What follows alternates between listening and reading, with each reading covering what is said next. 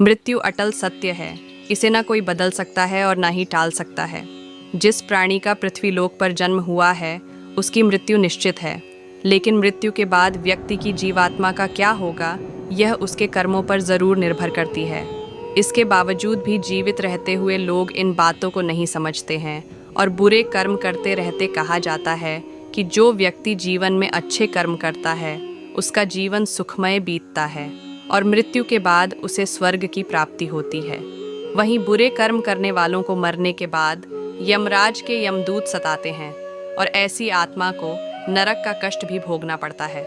गरुड़ पुराण, जो कि हिंदू धर्म के 18 महापुराणों में एक है, इसमें विशेषकर जन्म, मृत्यु, स्वर्ग, नरक और यमलोक आदि के बारे में विस्तार पूर्वक बताया गया है। गरुड़ पुराण ग्रंथ में भगवान विष्णु अपने प्रिय वाहन पक्षीराज गरुड़ से मृत्यु और मृत्यु के बाद की घटनाओं को लेकर बातचीत करते हैं। इसी का वर्णन गरुड़ पुराण में किया गया है।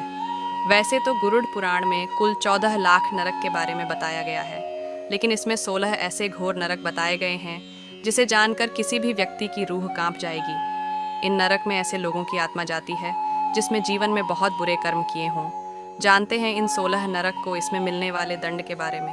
गरुड़ पुराण के अनुसार 16 घोर नरक तमिश्रम नरक। ऐसे लोग दूसरे की संपत्ति हड़पते हैं।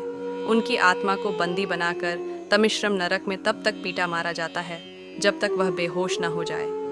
अंधता मिस्र नरक। ऐसे पुरुष या स्त्री जो एक दूसरे को केवल उपयोग और भोग की वस्तु समझते हैं और स्वार्थ की दृष्टि से रहते हैं, तो ऐसे लोगों को यह नकर मिलता है वैतरणी नरक। गरुड़ पुराण के अनुसार मृत्यु के बाद आत्मा को गंतव्य तक पहुंचने के लिए इसी नदी को पार करना पड़ता है, लेकिन ये सामान्य नदी नहीं होती, बल्कि इसे गंगा नदी का रौद्र रूप माना जाता है।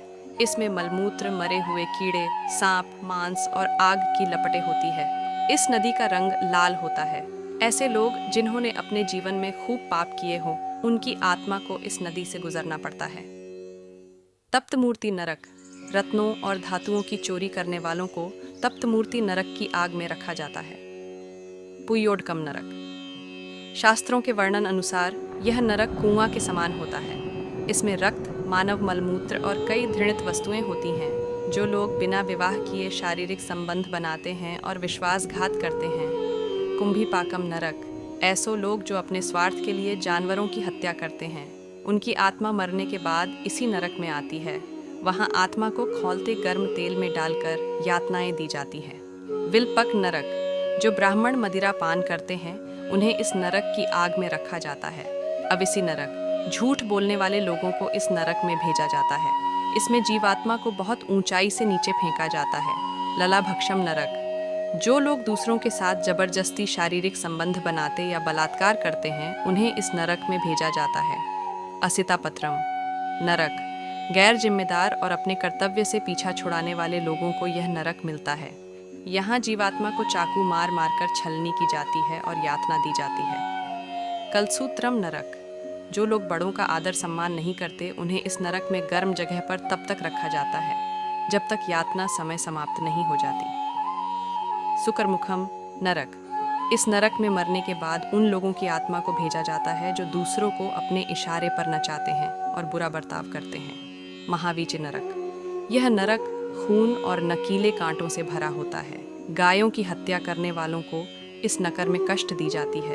शालमली नरक। ऐसी स्त्री जो पराये पुरुष के साथ अनैतिक संबंध बनाती है, उसे इस नरक में जलते हुए कांटों को आलिंगन करना पड़ता है। वज्रा कुठार नरक। पेड़ काटने वाले लोगों को मरने के बाद इस नरक में वज्रों से पीटा जाता है। दुर्धर नरक। यह नरक बिच्छुओं से भरा होता है। लोग ब्याज आदि का धंधा करते हैं और असहायों से सूद वसूलते हैं, उन्हें इस नरक में लाया जाता है।